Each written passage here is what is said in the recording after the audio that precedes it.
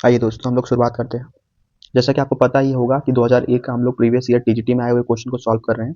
तो क्वेश्चन बनता है रज्मनामा ग्रंथ क्या है, आप बताइए। अकबर की जीवनी है, मुगल राजाओं का इतिहास है, महाभारत कथा है और रामायण का कथा है। तो इसका राइट आंसर रज्मनामा ये महाभारत से संबंधित है। तो राइट आंसर क्या हो जाएगा, महाभारत।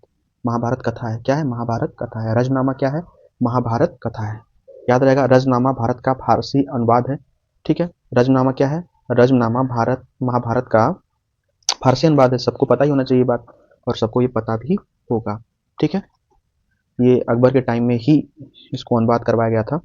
आइए आप लोग कमेंट बॉक्स में बताइएगा कि रज्मनामा का फारसी में अनुवाद यानी महाभारत का फारसी में अनुवाद करके रज्मनामा नाम रखा गया, वो किसने किया था। अगला क्वेश्चन आता है, चित्रकार मंसूर किस प्रकार के चित्रों के लिए प्रसिद्ध है। चित्रकार मंसूर सबको पता है, जहांगीर का ये चित्रकार था, बहुत अच्छा था। ठीक है, तो चित्रकार मंसूर के बारे में आप बताइए। चितेरा था जहांगीर के काल का। तो ये पक्षियों से संबंधित, पशु पक्षियों से संबंधित चित्र बनाते थे। चित्रकार मंसूर किस प्रकार के चित्रों के लिए प्रसिद्ध हैं, आप देख पा रहा होगा साहब। पूरा क्वेश्चन नहीं दिख रहा है, देखिए अब दिख रहा है।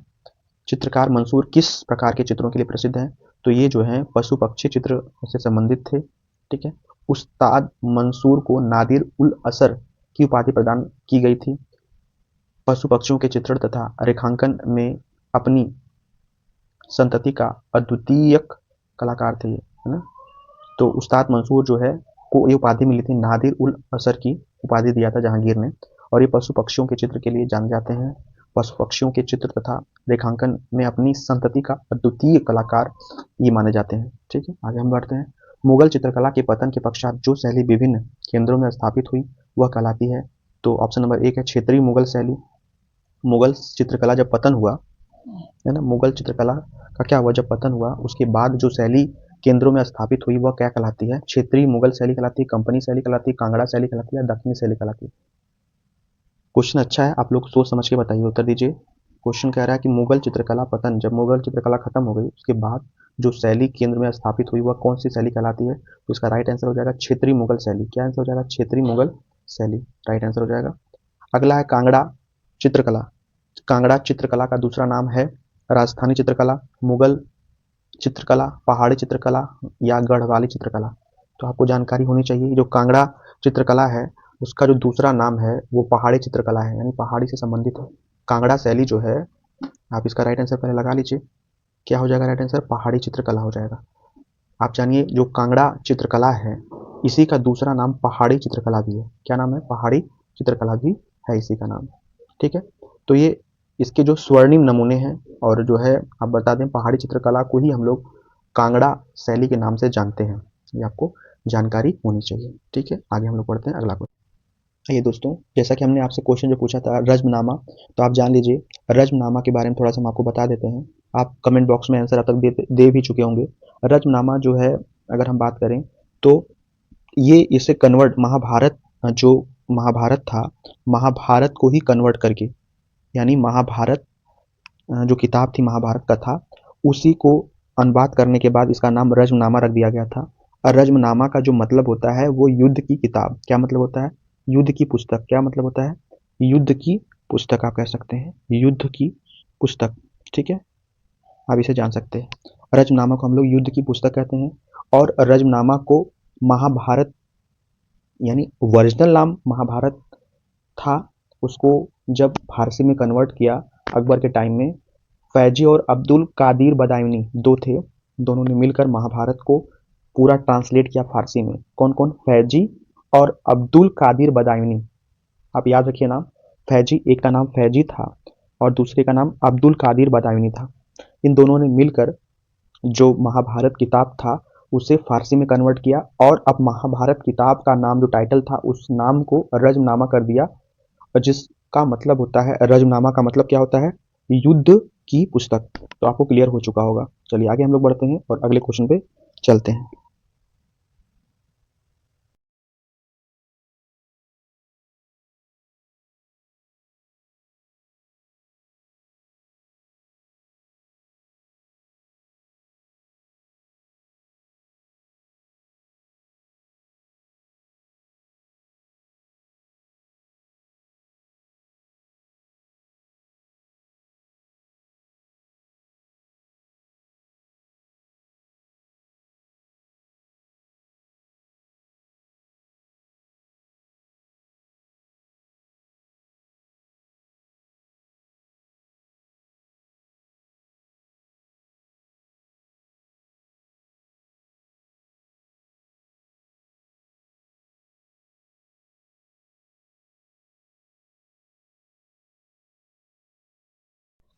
क्वेश्चन कह रहा है कि कांगड़ा चित्रकला पर किस शैली का प्रभाव पड़ा? राजस्थानी, मुगल, जैन, काश्मीरी। तो इसका राइट आंसर हो जाएगा कांगड़ा चित्रकला पर जो प्रभाव पड़ा है वो मुगल शैली का पड़ा हुआ है। आप जानिए जो मुगल शैली है ना वो किससे जन्मी है? मतलब ईरानी शैली ने मुगल शैली को जन्म दिया और मुगल शैली ने जो मुगल शैली है वो हिंदू रीति रिवाजों को माना, उससे एक शैली बनाया जिसे पहाड़ी शैली या कांगड़ा शैली कहते हैं। तो आप कांगड़ा चित्रकला पर किस शैली का प्रभाव पड़ा? तो मुगल शैली, ये सही है, आप इसको पढ़ सकते हैं। लॉरेंस विलियम का कहना है कि कांगड़ा शैली नितांत निजी है और उसका आधार प्राचीन भित्ति है। हिमालयन आर्ट नामक अपनी पुस्तक में मिस्टर फ्रैंक ने कहा है कि सुलेखन और साज सज्जा में जहां ईरानी शैली ने मुगल शैली को जन्म दिया, नोट करने वाली बात है कि ईरानी शैली ने, यहाँ पे क्या बोला जा रहा है, जहां ईरानी शैली ने मुगल शैली को जन्म दिया वहां मुगल कला ने प्राचीन हिंदू संस्कृति के संबंध जोड़कर एक नवीन पहाड़ी शैली को जन्म दिया जिसे हम लोग कांगड़ा शैली कहते हैं। ठीक है, राइट आंसर हो जाएगा। अगला क्वेश्चन आता है, इनमें से कौन अलग है, असंबद्ध है? तो आप बताइए, मुगल चित्रकला, राजस्थानी चित्रकला, कांगड़ा चित्रकला, अजंता चित्रकला। तो आप जानते होंगे, हम लोगों ने कई बार पढ़ा इस चीज को कि अजंता चित्रकला कोई चित्रकला नहीं है, ये आप इसे आप भित्ति कह सकते हैं, यानी कि इसका जो पेंटिंग है वो दीवार के ऊपर किया गया है, चित्र बना हुआ है। तो ये चित्रकला आप इसे कह सकते हैं अजंता चित्रकला भित्ति चित्रण है। क्या है? भित्ति चित्रण है। ठीक है, और बाकी तीनों जो है मुगल चित्रकला, कांगड़ा चित्रकला और राजस्थानी चित्रकला, ये लघु चित्रण शैलियां हैं। ठीक है, अजंता की गुफा है, उस पर दीवार के ऊपर जो है चित्रकारी की गई है, और ये जो है मुगल चित्रकला, राजस्थानी चित्रकला और कांगड़ा चित्रकला, ये सभी शैलियां हैं। इस चीज को आप याद रखिएगा, लघु चित्रण शैलियां हैं। ठीक है, आगे बढ़ते हैं। अगला अगला क्वेश्चन कहता है यहाँ पे, कांगड़ा शैली के चित्रों के विषय हैं रागमाला, कृष्णलीला, नायक नायिका, उपयुक्त सभी। तो ये सारे विषय हैं, रागमाला, कृष्णलीला, नायक नायिका, ये कांगड़ा शैली या पहाड़ी शैली के विषय हैं। कांगड़ा शैली और पहाड़ी, मतलब कांगड़ा को ही पहाड़ी शैली कहते हैं, इससे ज़्यादा क्वेश्चन पूछा गया है, तो इसको भी हम लोग तैयार करके रखेंगे। कौन सा पहाड़ी शैली के चित्रों का केंद्र नहीं है? क्वेश्चन अच्छा है, नहीं है, केंद्र नहीं है। बसोहली, गुलेर, मेवाड़, कांगड़ा। तो आप जानते हैं मेवाड़ राजस्थान से संबंधित है, राजस्थान कला शैली से संबंधित है। तो बसोहली, गुलेर और कांगड़ा ये जो है पहाड़ी शैली या कांगड़ा शैली के केंद्र हैं, लेकिन मेवाड़ जो है उसका केंद्र नहीं है, क्योंकि मेवाड़ शैली जो है राजस्थानी कला शैली में से एक है। आप इस चीज को याद रखिएगा। अगला क्वेश्चन आता है, भारतीय चित्रकला के पुनरुत्थान का श्रेय किसे जाता है? तो आपको याद होगा कि जब एक बार चित्रकला खत्म हो चुकी थी तो पुनर्जागरण आप कह सकते हैं बंगाल शैली से हुआ, और उसके जनक जो थे अवनींद्र नाथ टैगोर, अब आप जानते होंगे नाम, अवनींद्र नाथ टैगोर ही थे। ठीक है, तो आप इस चीज को आप याद रखिएगा। आगे हम लोग बढ़ते हैं। अगला क्वेश्चन पूछ भी लिया है, बंगाल शैली के जनक कौन थे? तो आप याद रखिएगा, इन्हीं का नाम है अवनींद्र नाथ टैगोर, ये बंगाल शैली के भी जनक है। इन्होंने ही दोबारा से कला को जीवित किया।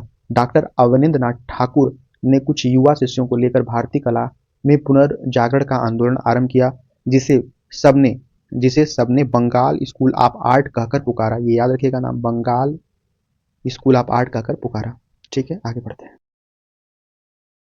अगला क्वेश्चन हम लोग देखते हैं। अगला क्वेश्चन क्या पूछ रहा है, जैसा कि आप देख पा रहे हैं, अवनींद्र नाथ टैगोर ने किस माध्यम में अपने चित्र बनाए थे? टेम्पेरा, तैल, जल रंग या गुआस। तो आप जान लीजिए, अवनींद्र नाथ टैगोर, जिसे हम लोग क्या बोलते हैं, बंगाल शैली के जनक के नाम से जाना जाता है अवनींद्र नाथ टैगोर को, इन्होंने जल यानी जल रंग, जिसे हम लोग अंग्रेजी में वॉश टेक्निक बोलते हैं, के माध्यम से अपने चित्र बनाए। तो सबसे पहले जान लीजिए अवनींद्र नाथ टैगोर कहाँ गए थे। अवनींद्र नाथ टैगोर जो है ने स्वयं चीनी कला की रेखा, जापान के रंग बहाने की पद्धति, मतलब चाइना में गए थे उन्होंने, जो है अवनींद्र नाथ ने स्वयं चीनी कला की रेखा, ठीक है, वहाँ की जो कला रेखा होती कैसे होती है, साथ साथ जापान में भी गए और वहां पे उन्होंने रंग बहाने की पद्धति यानी वाश टेक्निक, जिसे हम लोग हिंदी में जल रंग बोलते हैं, से प्रेरणा ग्रहण की, और उनकी आरंभिक कृतियों में यह विदेशी प्रभाव अधिक बलवान है। ठीक है, तो इसका राइट आंसर हो जाएगा अवनींद्र नाथ टैगोर। आगे देखते हैं, नव बंगाल शैली किसकी देन है? तो इसका राइट आंसर हो जाएगा नंदलाल बसु की देन है नव बंगाल शैली किसकी देन है? नंदलाल बसु की है, और नंदलाल बसु ही शांति निकेतन के अध्यक्ष बनते हैं। आगे क्वेश्चन मिलेगा आपको, आगे बढ़ते हैं। अगला है, नंदलाल बसु का नाम किस संस्था से जुड़ा है? तो आप इसका राइट आंसर लगा दीजिएगा शांति निकेतन। अभी हमने बताया है 1923 में रविन्द्रनाथ टैगोर ने शांति निकेतन में कला विभाग की स्थापना की और नंदलाल बोस को उसका अध्यक्ष बनाया। ठीक है, याद रखिए। आगे बढ़ते हैं। हरिपुरा कांग्रेस अधिवेशन के पंडाल को किसने सजाया था? तो हरिपुरा कांग्रेस के जो पंडाल को सजाने का जिम्मा उठाया था वो नंदलाल बसु ने उठाया था, क्योंकि नंदलाल बसु के ऊपर महात्मा गांधी का पूरा विश्वास था। महात्मा गांधी नंदलाल की चित्रकला से बहुत प्रभावित थे, इसलिए उन्होंने नंदलाल पर लखनऊ, फैजपुर और हरिपुरा में होने वाले कांग्रेस अधिवेशन के सभा मंडप सुसज्जित करने का भार सौंपा था। उनकी हरिपुरा पट चित्रावली इन्हीं में से एक है। ठीक है, हरिपुरा कांग्रेस अधिवेशन के पंडाल को किसने सजाया था? तो राइट आंसर हो जाएगा नंदलाल बसु। आगे हम लोग बढ़ते हैं। छितेंद्र नाथ मजूमदार, आप लोगों ने हिस्ट्री में काफी बार पढ़ा होगा। छितेंद्र नाथ मजूमदार किस विश्वविद्यालय के शिक्षक थे? तो आप ध्यान दीजिएगा, इलाहाबाद विश्वविद्यालय। अब इसका नया नाम प्रयागराज हो गया है, लेकिन विश्वविद्यालय का अपना राइट होता है, उसका नाम इलाहाबाद विश्वविद्यालय ही है अभी भी, वर्तमान समय में भी।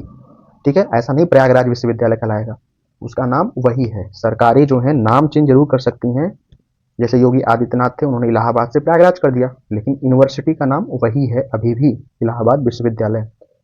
तो खैर छोड़िए उस बात को। छितेंद्र नाथ मजूमदार जो थे 1942 से 1965 तक चित्रकला विभाग इलाहाबाद विश्वविद्यालय के शिक्षक रहे। कब से कब तक? 1942 से 1965 तक। ये चीजें आपको याद होनी चाहिए। 1942 यानी हमारा जब देश में भारत छोड़ो आंदोलन चल रहा था, तब से लेकर जब हमारा देश आजाद हो गया, यानी 1947 में आजादी मिल गई, उसके बाद 1965 तक ये लगातार बने रहे छितेंद्र नाथ मजूमदार इलाहाबाद विश्वविद्यालय के प्रिंसिपल, यानी शिक्षक बन के रहे। ठीक है, शिक्षक बन के रहे। आइए अगला है, आसित हलदार किस आर्ट कॉलेज के प्रिंसिपल थे? आसित हलदार, आप जान लीजिए, आसित हलदार जो थे वो लखनऊ के थे। कहाँ के? लखनऊ के। आसित हलदार किस आर्ट कॉलेज के प्रिंसिपल थे? तो इसका राइट आंसर हो जाएगा लखनऊ। ठीक है, आइए हम बता देते हैं, व्याख्या भी पढ़ सकते हैं आप इनकी पूरी। सन 1925 में सी वाई चिंतामणि एवं राय राजेश्वर बली के मंत्रित्व काल में प्रख्यात चित्रकार आसित कुमार हलदार को लखनऊ आर्ट स्कूल के प्रथम भारतीय प्रिंसिपल के रूप में लाया गया था। तो आसित कुमार हलदार क्या थे? प्रिंसिपल के पद पर बने हुए थे। अगला क्वेश्चन कहता है, राजा रवि वर्मा जाने जाते हैं। तो आप लोगों को पता होना चाहिए राजा रवि वर्मा किसके लिए जाने जाते हैं? तो पौराणिक चित्रों के लिए। अगर आपने राजा रवि वर्मा की मूवी देखी होगी, अभी जो जल्दी रिलीज हुई थी आपका रंगरसिया मूवी, अगर आपने देखा होगा तो उसमें राजा रवि वर्मा की पूरी बायोग्राफी उन्होंने बताया है कि राजा रवि वर्मा कैसे संघर्ष किए, कहाँ के रहने वाले थे, क्या क्या उन्होंने कठिनाइयाँ झेला, उनको कैसे पुरस्कार मिला गया, राजा की उपाधि कैसे दी गई, तो सारा चीज़ उसमें बताया गया है। अगर आप लोगों ने नहीं देखा है तो राजा रवि वर्मा की मूवी रंगरसिया जाके एक बार जरूर देख लें, यूट्यूब पे सर्च करेंगे तो आपको मूवी मिल जाएगा। तो आप जान लीजिए कि राजा रवि वर्मा जाने जाते हैं पौराणिक चित्रों के लिए, क्योंकि उन्होंने ही महाभारत रामायण जैसे जैसे बहुत अच्छे बहुमूल्य चित्रों की पेंटिंग की और लगभग सबके घर की दीवारों पर इस पेंटिंग को उन्होंने सजा दिया। आइए व्याख्या पढ़ लेते हैं। राजा रवि वर्मा के पौराणिक चित्रों के चित्र, पौराणिक विषयों के चित्र अत्यंत लोकप्रिय हुए और अक्सर प्रत्येक सुशिक्षित व्यक्ति के घर की दीवारों को उनकी प्रतिकृतियों से सजाया गया। ठीक है, कौन बंगाल शैली का चित्रकार नहीं है? सुधील खास्तगीर, शारदा वकील, मुकुल दे, ईश्वरी प्रसाद। तो आप ध्यान दीजिएगा, ईश्वरी प्रसाद ये बंगाली शैली के चित्रकार नहीं है, और ये किस शैली के हैं? ये पटना के चित्रकार हैं। ईश्वरी प्रसाद जो है, ईश्वरी प्रसाद पटना के चित्रकार हैं। लाला ईश्वरी प्रसाद जो है कांडला बोलते हैं या पहाड़ी शैली के भी एक वंश परंपरागत चित्रकार थे। कांडला या आप इसे पहाड़ी शैली बोल सकते हैं कि वंश परंपरागत चित्रकार थे। तो बंगाल शैली आप ध्यान दीजिएगा, बंगाल शैली से जुड़ा हुआ कौन कौन है? सुधील खास्तगीर, शारदा वकील, उकील बोलते हैं, मुकुल दे, ये बंगाल शैली से जुड़े हैं, जबकि ईश्वरी प्रसाद पटना से हैं, बिहार से जुड़े हुए। इनमें से कौन अलग है, असंबद्ध है? विनोद बिहारी मुखर्जी, समरेंद्र गुप्त, शैलेंद्र नाथ दे, नारायण श्रीधर बेंद्रे। तो आप ध्यान दीजिएगा, जो बेंद्रे साहब हैं वो क्या हैं, वो अलग क्यों हैं? क्योंकि आप बेंद्रे के अतिरिक्त जो आप देख रहे हैं तीनों कलाकार है ना, तीनों कलाकार, वो उनका जो संबंध है वो बंगाली स्कूल से है।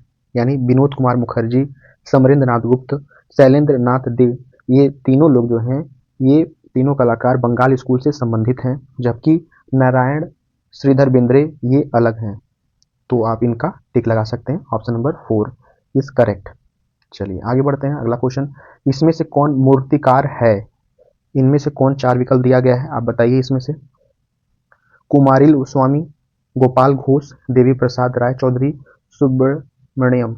तो आप ध्यान दीजिए, देवी प्रसाद राय चौधरी ये मूर्तिकार है। क्या है? मूर्तिकार है ना, मूर्तिकार है। देवी प्रसाद राय चौधरी एक चित्रकार के बजाय मूर्तिकार के रूप में ज्यादा जाने जाते हैं, या उनको उस चीज से सराहा जाता है। जीवन के आरंभिक वर्षों में उन्होंने प्रख्यात मूर्तिकार हिरण्यम राय चौधरी के मार्गदर्शन में कार्य प्रारंभ किया था।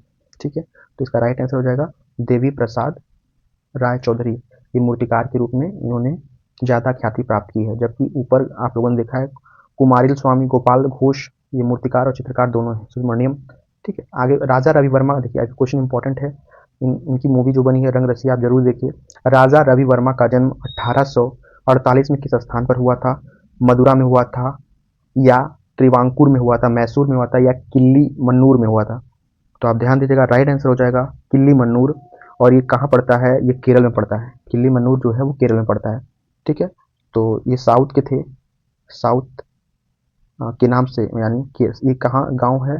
केरल के अंतर्गत ये गांव आता है, केरल में पड़ता है किल्ली मन्नूर।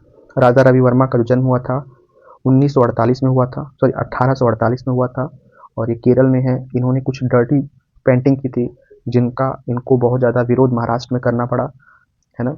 तो ये सारी कहानी है, आप एक बार बायोग्राफी जरूर इनका पढ़िए। और इनसे हर कंपटीशन टीजीटी या पीजीटी ईवीएस में हर बार एक क्वेश्चन जरूर आ जाता है, एक या दो क्वेश्चन आना ही आना है। तो राजा रवि वर्मा का जन्म जो है, ये अगर हम बात करें 29 अप्रैल 1848 में हुआ था, और ये केरल का एक गांव पड़ता है किल्ली मन्नूर में हुआ था। तो इसे आप नोट कर लीजिएगा। अगला क्वेश्चन कहता है राजा रवि वर्मा ने भारत में सर्वप्रथम स्थापित किया। तो आप लोग सभी लोग जानते होंगे, इसका राइट आंसर हो जाएगा, इन्होंने क्या किया था? ओलियोग्राफी प्रेस। अगर आपने मूवी देखा होगा, कौन सी मूवी?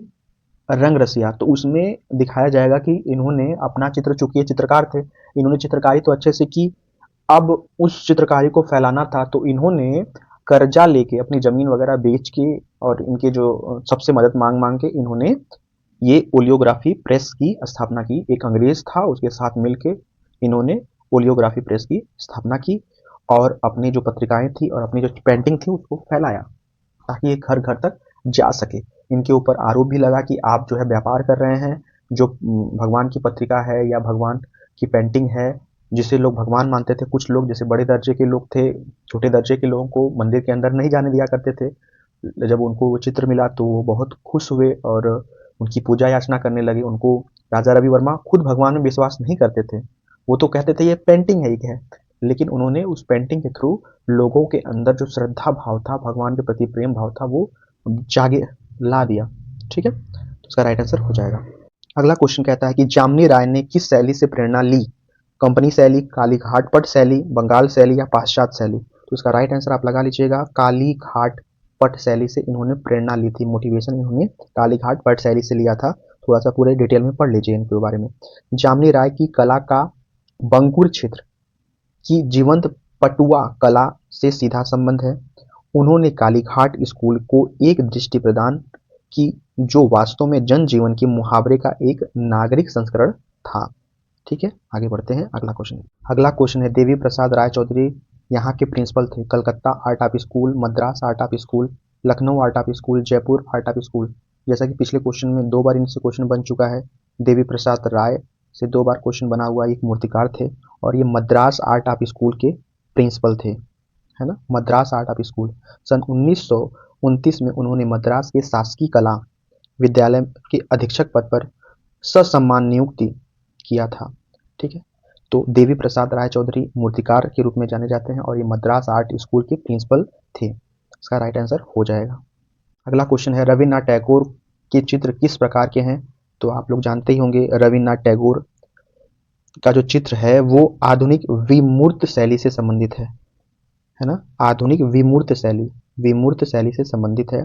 क्यों ऐसा कहा जा रहा है, आप इसे डिटेल में पढ़ सकते हैं। रविन्द्रनाथ टैगोर के अधिकतर चित्र ऐसे दिखाई देते हैं कि वे तात्क्षणिक सृजन प्रेरणा द्वारा बिना पूर्व विचार के बनाए गए हों।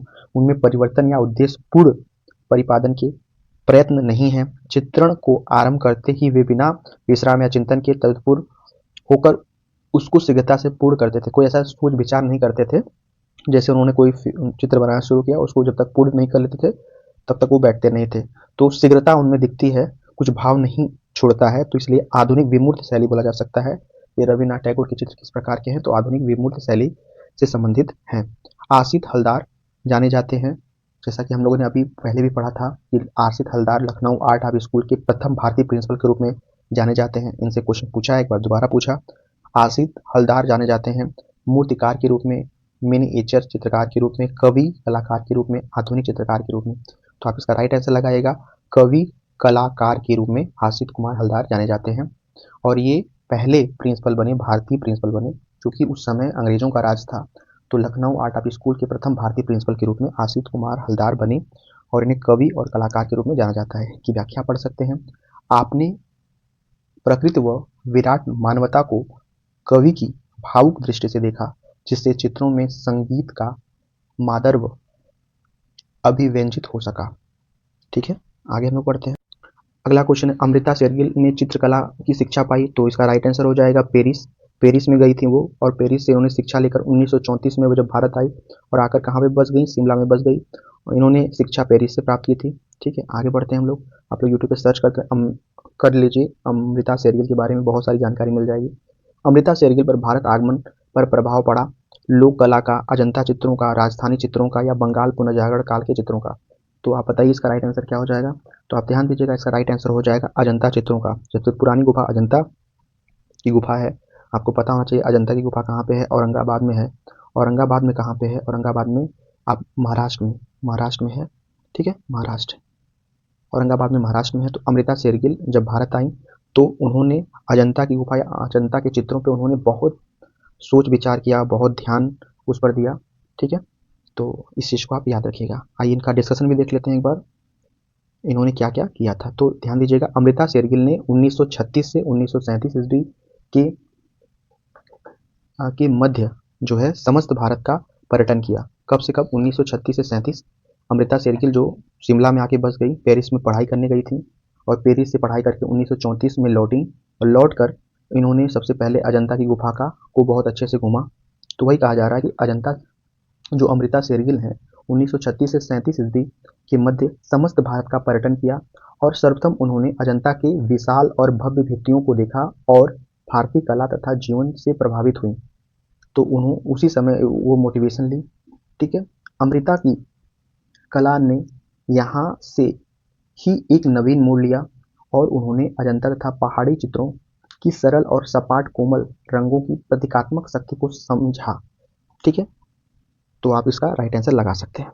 आगे हम लोग बढ़ते हैं। के एस कुलकर्णी की कला में पाए जाते हैं। जब आप उनकी कला देखते हैं तो ग्राम जीवन के दृश्य आपको दिखाई देंगे। के एस कुलकर्णी के जो कला में दृश्य आपको मिलेगा वो ग्राम जीवन यानी ग्रामीण कला तथा जीवन के दृश्य आपको ज़्यादा दिखाई देंगे के एस कुलकर्णी की कला में।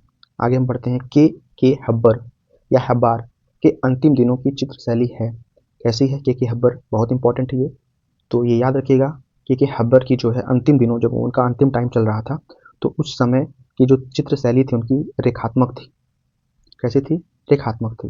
तो थोड़ा सा ध्यान दीजिएगा, आरंभ में इनकी चित्र जो थी वो पाश्चात्य प्रभाव से अधिक प्रभावित थी, परंतु बाद में उन्होंने मुगल व राजपूत शैली के गंभीर अध्ययन से एक निजी शैली का विकास किया।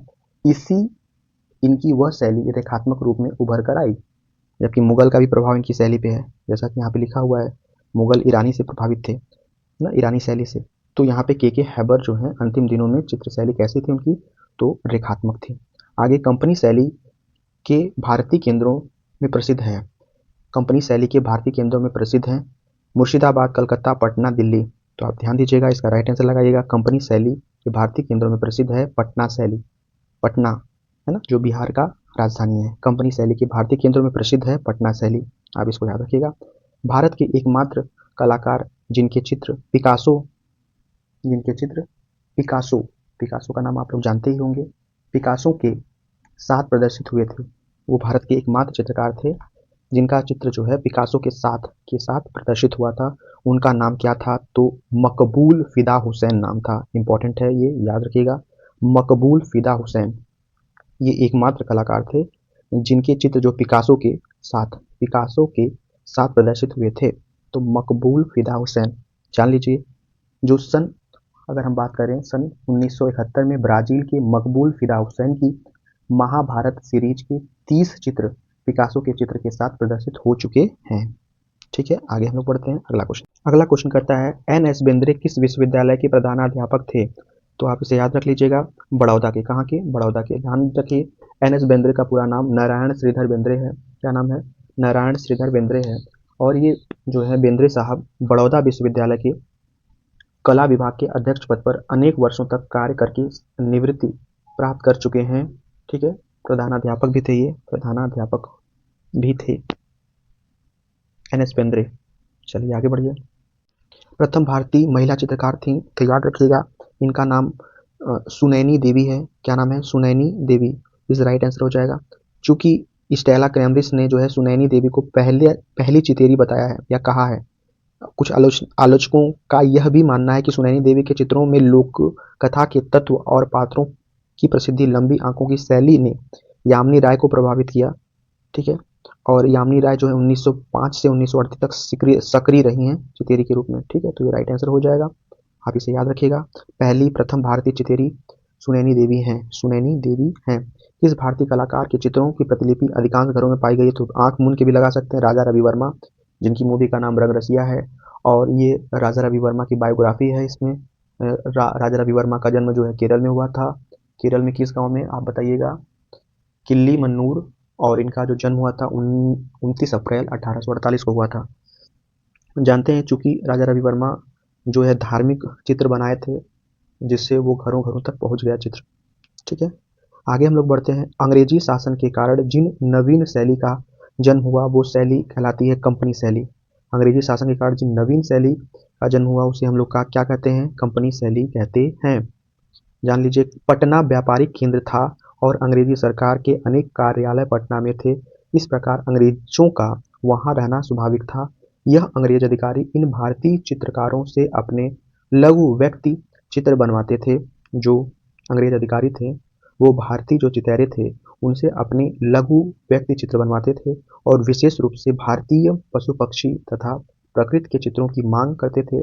इस प्रकार के अनेक चित्र कमिश्नर टेलर तथा जो अंग्रेज अधिकारी कमिश्नर टेलर था तथा दूसरे अंग्रेज अधिकारी ने बनवाए और इंग्लैंड भेजे। इसलिए इस शैली को कंपनी शैली के नाम से पुकारा जाता है, और कंपनी शैली का जो संबंध है वो पटना से है। याद रहेगा। आगे बढ़ते हैं। किस प्रसिद्ध चित्रकार ने फिल्में भी बनाई हैं? तो आप इस चीज को याद रखिएगा। एम एफ हुसैन का नाम आप जानते ही होंगे, एम एफ हुसैन, है ना। इन्होंने जो है ये प्रसिद्ध चित्रकार थे और इन्होंने फिल्में भी बनाई हैं। फिल्में भी बनाई हैं। ठीक है, 1968 में पहली फिल्म थी through the eyes of a painter.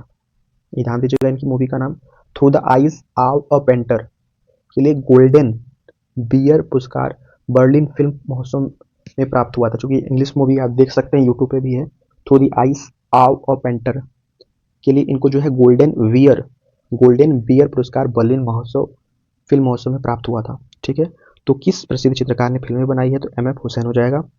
किस प्रसिद्ध इनमें से कौन अलग है या असंबद्ध है? के एस पनिकर, मुकुल दे, एन एस बेंद्रे या अमृता शेरगिल? तो आप याद रखिएगा, अमृता शेरगिल अलग है। अमृता शेरगिल अलग हैं। क्यों अलग हैं आप कमेंट बॉक्स में बता सकते हैं। आगे हम लोग बढ़ते हैं, अगला क्वेश्चन देख लेते हैं। क्वेश्चन नंबर 70 पे आते हैं हम लोग। चित्र में रेखा है, आकृति को रूप देती है, प्रवाह पैदा करती है, चित्र को उभारती है, या उपरोक्त सभी? तो इसका राइट आंसर हो जाएगा, इसका राइट आंसर क्या हो जाएगा? उपरोक्त सभी।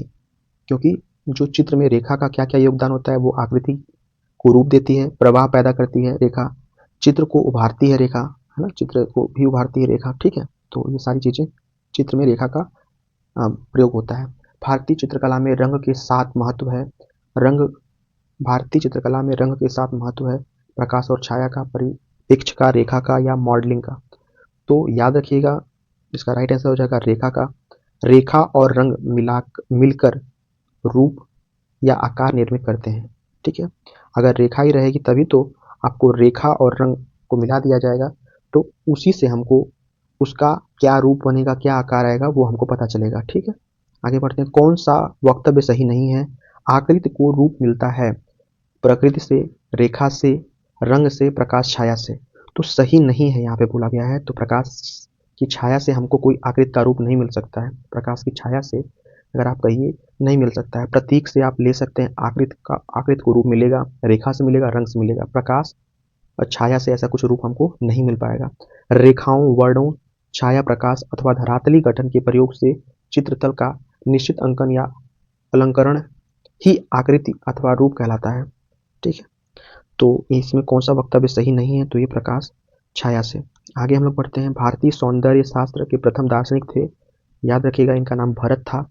भरत मुनि का आप लोग जानते हैं नाट्य शास्त्र काव्य और नाट्य से मुख्यतः संबंध है, ये इनका संबंध है दृश्य श्रव्य नाटक को सर्वोच्च कला माना गया है, जो नेत्र और कर्ण दोनों को एक साथ प्रभावित करता है। भरत मुनि का नाट्यशास्त्र भारतीय सौंदर्य दर्शन का प्राचीनतम ग्रंथ है, जिसमें उन्होंने अपना सुप्रसिद्ध रस सिद्धांत प्रतिपादित किया है। भरत मुनि के बारे में आप लोग थोड़ा पढ़ सकते हैं हिंदी में, और भी स्पष्ट हो जाएगा। आकृतियों से स्पष्ट होता है भाव, रूप, लय, उपरोक्त सभी। तो आकृति से आप क्या समझ सकते हैं? कैसा रूप है, कैसा शेप बन रहा है। आकृतियों से रूप स्पष्ट होता है, भाव तथा लय नहीं, क्योंकि आकृति किसी निर्जीव वस्तु की भी हो सकती है और निर्जीव का भाव तथा लय कोई संबंध नहीं है। भाई उसमें जाने नहीं रहेगा तो कैसे आप समझेंगे। चित्र में प्राण आता है रंग से, रेखा से, लय से। तो आप याद रखिएगा, चित्र में प्राण कैसे आएगा? लय से आएगा। सतत आंतरिक एकीकरण में ही कला का जन्म होता है। लय उस कला का प्राण ही, लय जो होती है उस कला का प्राण ही नहीं होती, बल्कि उसके आकार और आलेखन आदि की अंतिम स्थिति होती है। स्थिर चित्रण, कौन सा? स्थिर चित्रण प्रमुख रूप से देखने को मिलता है कहाँ पे? पाश्चात्य शैली में। कहाँ पे मिलता है? पाश्चात्य शैली में। स्थिर चित्रण कहाँ पे मिलेगा आपको? पाश्चात्य शैली में देखने को। अगला क्वेश्चन है, सर्वप्रथम स्थिर चित्रण मिलता है कहाँ से मिलता है? तो मुगल शैली से मिलता है। इसका राइट आंसर हो जाएगा मुगल शैली।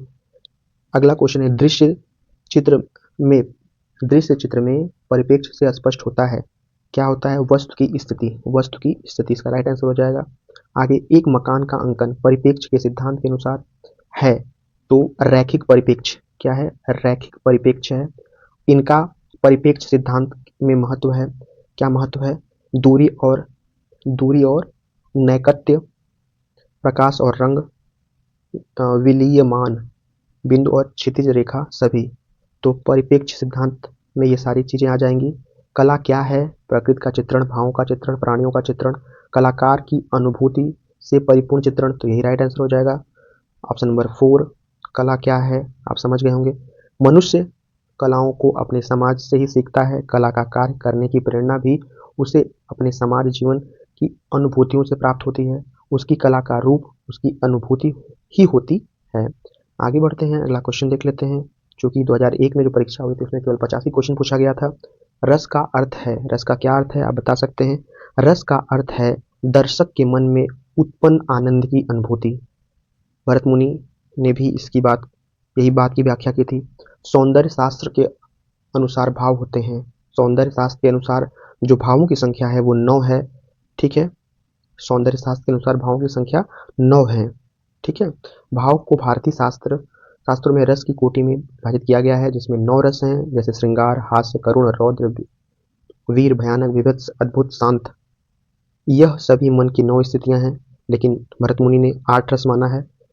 इनमें से कौन अलग है? तो इसमें से जो सबसे अलग आपको दिखेगा वो चित्रकार अलग हो जाएगा, क्योंकि रूप, भाव और वर्ण को बनाया जाता है। रूप, भाव और वर्ण चित्र बनाने की मूल तत्व हैं, जबकि चित्रकार इन तत्वों का प्रयोग करता है। अगला और लास्ट क्वेश्चन, वात्स्यायन चरित्र काम शास्त्र की व्याख्या या टीका में कला के खड़ंग का उल्लेख किसने किया है?